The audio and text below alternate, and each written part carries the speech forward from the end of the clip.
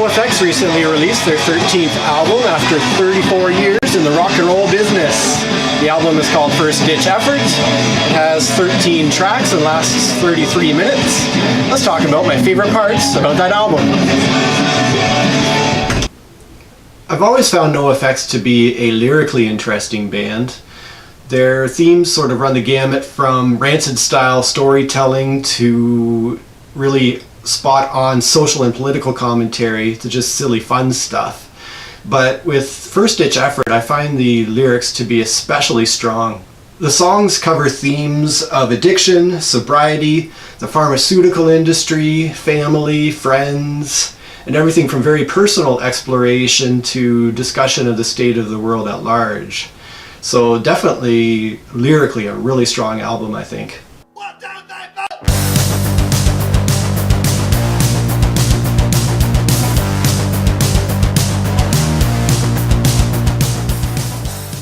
Musically, I enjoy the songs California Drought, I Don't Like Me Anymore, Ditch Effort, and the hard-hitting California Z. That song features haunting backup vocals from Mike's daughter and Tony Sly's daughter, which is quite sad and quite poignant at the same time. Most of all, I really enjoy the song 6 Years on Dope. It's almost immediately become one of my favorite NOFX songs ever. Just straight ahead, hard-hitting punk rock. Love that song. And I know what the song 6 Years on Dope is all about thanks to the release of NOFX's book. Let's yak about the best parts of that one next. NOFX, the Hepatitis Bathtub and Other Stories.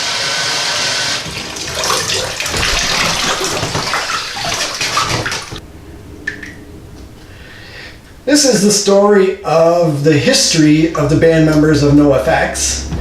And the way it's written makes it seem like the band members themselves are telling their stories. I understand that the author, Jeff Aluli, spent a lot of time touring with the band, doing tons of interviews with them over a long period of time. So he's done a great job in bringing out the band members' voices in the book. One of the most fun parts of the book was getting to hear the stories behind the songs. So when they reference things like the Moron Brothers or the Dogpatch Winos in 6 Years on Dope, for instance, it's fun to know the background story that goes behind the themes there in the songs. One thing that I found very admirable is the courage that it took the band members to talk very honestly about really awful things that happened to them and various traumas that they experienced. Now, people who have seen Mike's Cokie the Clown act will be familiar with a few of the stories, but it took an awful lot of courage for them to really talk publicly about a lot of this stuff. I do feel a little uncomfortable with the fact that it feels like there's a bit of voyeuristic entertainment happening in reading about other people's trauma, and I do really hope that these stories are being told in therapy, not just in book form. But I do appreciate the honesty with which the band members talked about these things, and it's good to talk about these things, I think. I'm particularly impressed with Smelly's story and how he managed to pull himself out of really awful addiction to a place of sobriety, and it's all the more amazing given the environment that Smelly is in on a day-to-day basis.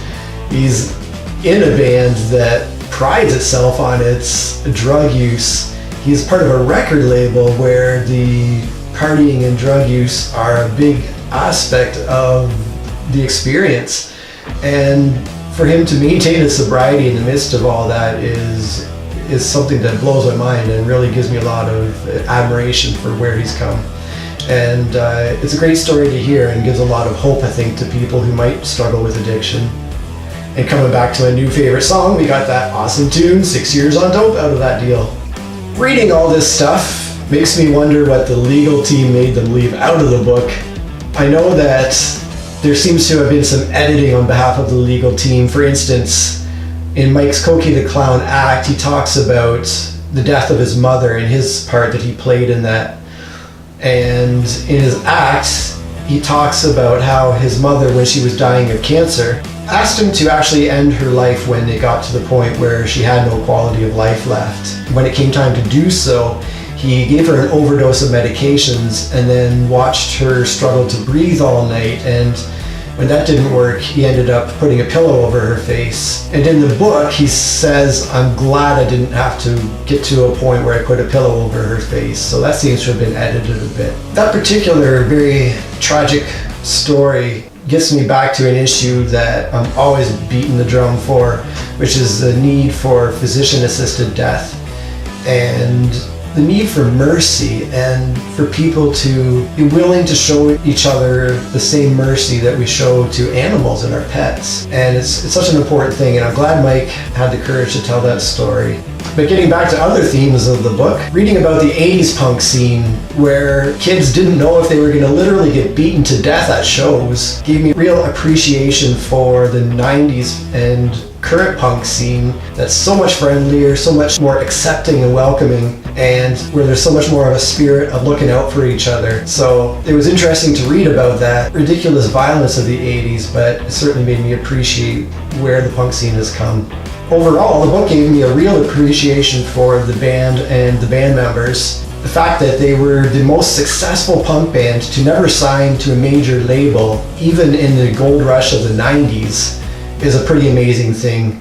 The fact that they've always maintained this real DIY spirit really makes me appreciate who they are as artists. And given all the challenges they've faced in their lives, the fact that they've been able to keep going through 34 years is just really admirable and gave me a real appreciation for NOFX. So it's not an easy book to read in a lot of ways, but it was a book that I'm glad I read. Hey, what's up? It's Josh here, just taking a minute to thank you for sticking around right to the end of this video. It really means a lot to me. If you want to support me a bit, you can give me a little thumb up on the video here. It would be super if you would send a link to this video to one music fan in your life, and I hope I will see you next time. Cheers. It's very windy outside. That song features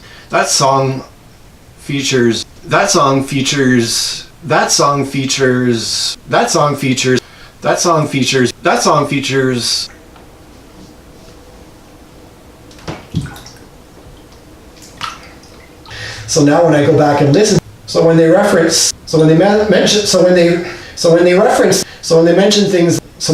things like no. Now people who have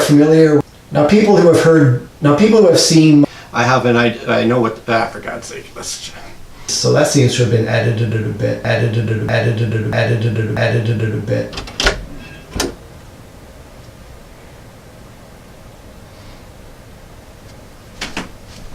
Oh, I can stop recording this.